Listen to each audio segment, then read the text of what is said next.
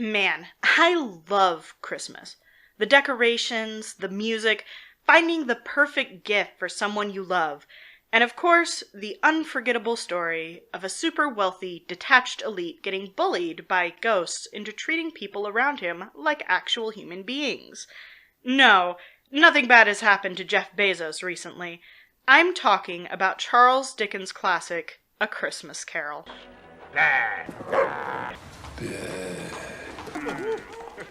Humbug. Most of you watching probably already know the story. It's been adapted into films so many times that I wouldn't be surprised if there are more films about the redemption of Ebenezer Scrooge than there are about the birth of Jesus Christ. I tried to find out for sure, but apparently people aren't super into counting how many times the manger scene has been filmed for commercial purposes. Scrooge's story is so near and dear to my heart that when I was planning this channel, it was kind of a foregone conclusion that I'd have to address some of its many, many adaptations. With that in mind, I'm Saga Threetail. Welcome to Media Remodeled, where we examine adaptations in media and see how they stack up. Today we are going to be looking at Mickey's Christmas Carol. Of all the versions of A Christmas Carol out there, the Mouse's version sticks out as the earliest in my memory. It was made 6 years before I was born. I watched it every year as a kid for a very long time, and my memory of the cartoon is even older than my memory of the book, which I didn't read until about middle school. The most important thing to keep in mind when judging this adaptation against Dickens' original work is that the runtime is a whopping 26 minutes. An entire novel packed into less than half an hour. What this ultimately means is that the biggest difference is what's missing. Now, I've never seen an adaptation that shows or references every scene from the book. It's kind of a long story with a lot of scenes. I think you can actually learn a lot about the writers of an adaptation of this particular story by what they think is most important to include. That said, the short runtime for this adaptation in particular means having to shorthand a lot. This version actually excludes Scrooge's little sister Fran, for instance, and is the only adaptation I know of that cuts her out of the story, it being our first look at Scrooge's humanity. Fred's Christmas party is also absent, as well as almost all the scenes that take place while Scrooge is following the ghost of Christmas future around. So, this adaptation's gotta be pretty bad, right? Well, no. Actually, they make it work. Every moment in the cartoon is well used and gives you a really good idea of who Scrooge is and what the story is about.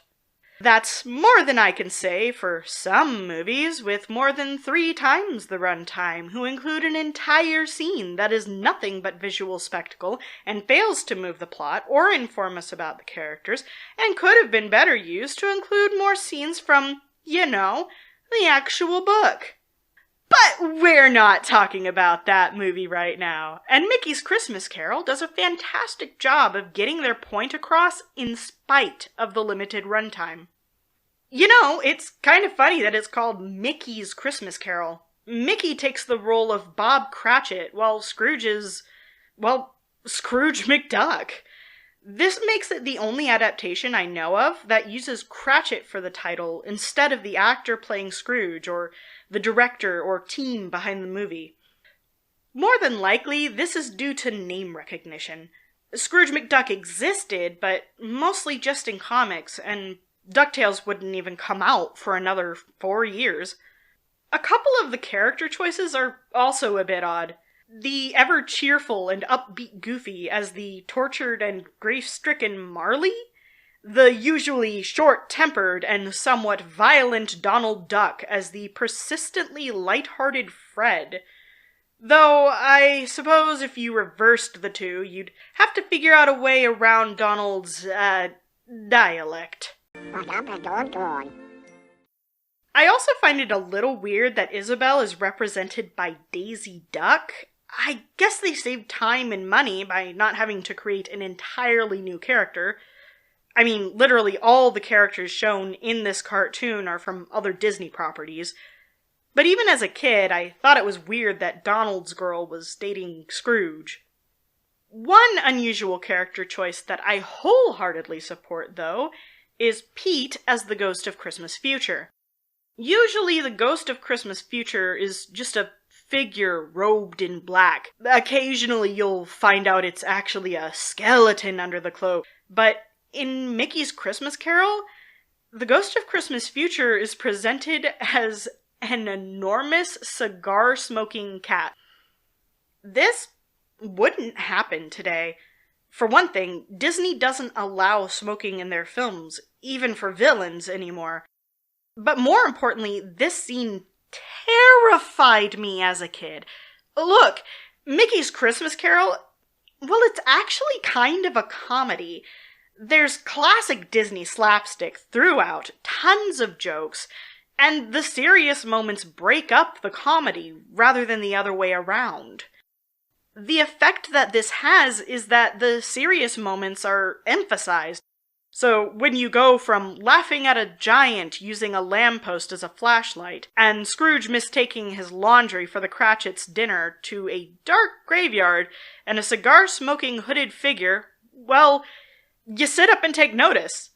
And then Pete reveals his face and literally pushes Scrooge into his own grave. It's terrifying. And I just don't think Disney has the guts to pull this off in one of its cartoon movies today. If I'm wrong, please correct me in the comments below, because I would love to see it. Okay, I've talked about a lot of different things here regarding this adaptation, but at the end of the day, the most important thing to me in any media adaptation is whether the newer version, relatively in this case, is able to get across the message of the original work. Charles Dickens' A Christmas Carol is a story of redemption. It's about a selfish and lonely man realizing that not just Christmas, but life in general is a lot better when you give of yourself to others.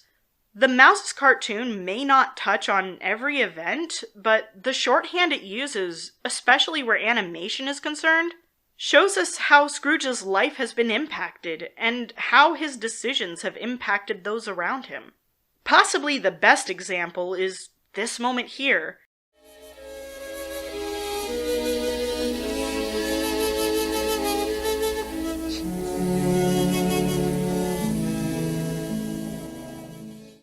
In the book, there's 2 pages dedicated to the Cratchits' grief over their loss of Tiny Tim. Here, the music department and animators managed to pack all that grief into one single moment. Then, once we're back in Scrooge's room, we go right back to comedy. And it's a good thing, because instead of Goofy tripping on a cane or watching Donald get literally kicked out of Scrooge's counting house, we have Scrooge running around town like a madman in his earnestness to embrace the joys of life and of giving to others that he has so long neglected. We get him pantsing a mole in the middle of the street because the money he's donating to their charity is too heavy, and we get him barely maintaining a grumpy facade as he confronts Cratchit while Tiny Tim rifles through the bag of toys Scrooge brought for him and his siblings. And while they never say it, Dickens' assertion that Scrooge was able to help the family in the end is perfectly illustrated by the hopeful music and Scrooge playing with the kids. I would say for a 26-minute runtime, they did a pretty darn good job. So, that being said, I like to give these adaptations not a score or a grade so much as a recommendation. In the case of Mickey's Christmas Carol, honestly, you could watch the movie or read the book first and get as much out of it, I think.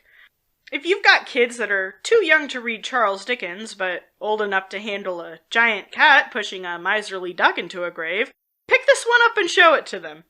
It could be a really good tradition, or at least a good way to get your kids talking about what it means to share joy and kindness with those around them.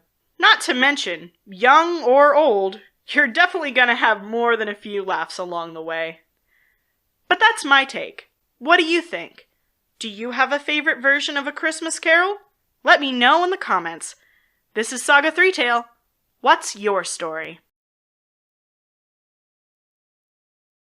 Bah, humbug. Merry Christmas.